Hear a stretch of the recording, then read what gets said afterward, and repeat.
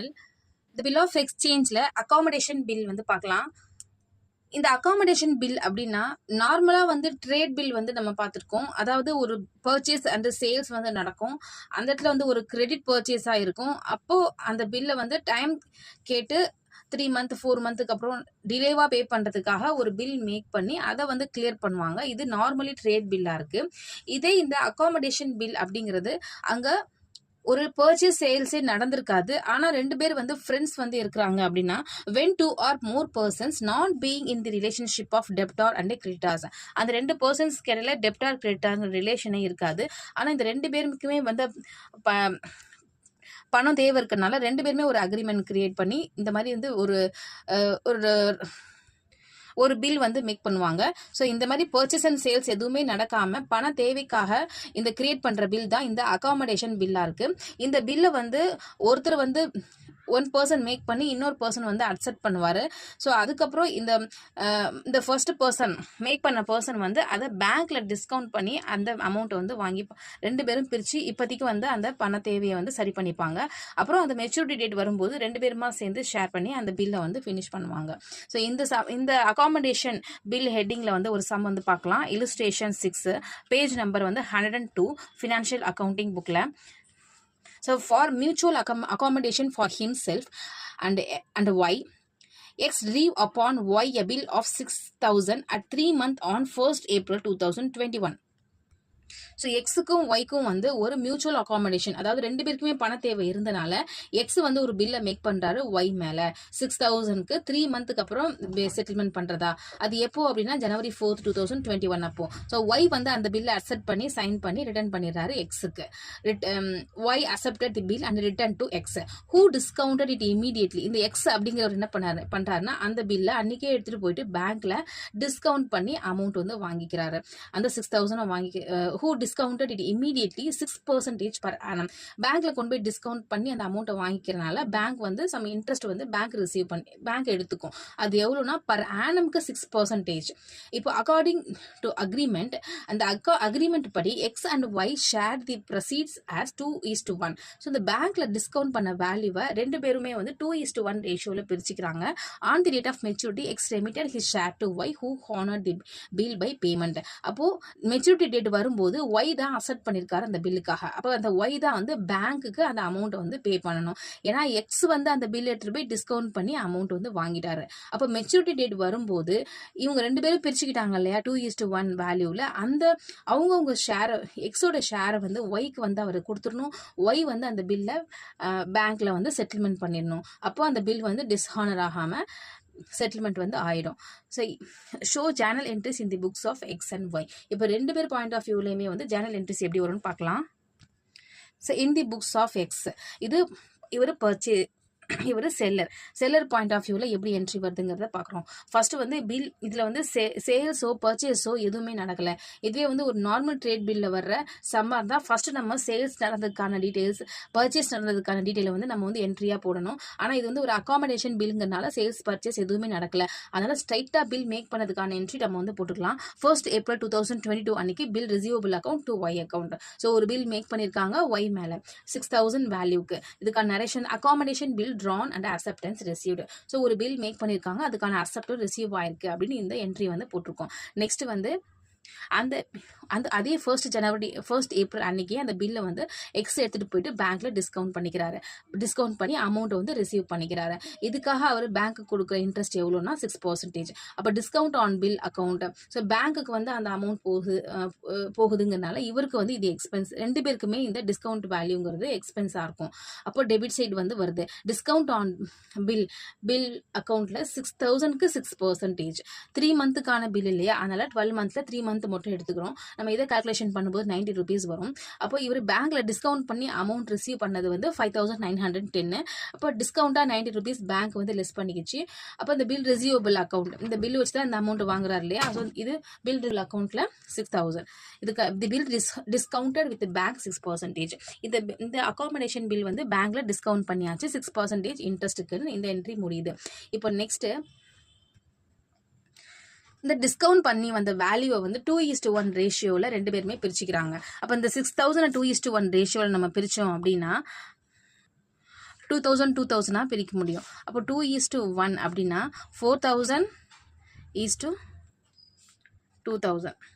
அப்போது mister X வந்து எக்ஸுக்கானது 4000 value, ஒய்க்கு இவர் எவ்வளோ அனுப்புறாருன்னா இந்த 2000 வேல்யூ தான் வந்து ஒய்க்கு வந்து சென்ட் பண்ணுறாரு. இந்த 2000 வேல்யூவில் பேங்க்குக்கு டிஸ்கவுண்ட் பண்ணியிருக்கு இல்லையா, அந்த வேல்யூவை லெஸ் பண்ணி மீதி அமௌண்ட்டை தான் வந்து வாங்குறாரு. ஸோ இந்த 6000 வேல்யூ வந்து 4000 2000 ரெண்டு பேருக்கும் பிரியும்.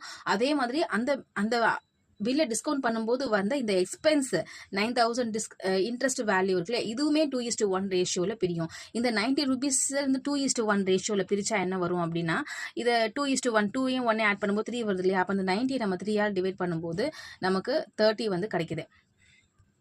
ஸோ ஒரு ஷேர் வந்து 30 இருக்குது. அப்போ இவருக்கு வந்து 2 ஷேர் 2:1, இவர் 2 ஷேர் வாங்குறதுனால 30 × 2 2 ஷேர் இல்லையா, அப்போ 60. இவருக்கு ஒரு ஷேருங்கிறதுனால 30. இப்போ டோட்டலாக பார்த்தீங்கன்னா டிஸ்கவுண்ட்டோட இந்த இன்ட்ரெஸ்ட்டோட வேல்யூ வந்து 90 ஆயிடுச்சு இல்லையா, 90 வந்து ஆயிடுச்சு. அப்போ இன்ட்ரெஸ்ட் பண்ண வேல்யூ 90.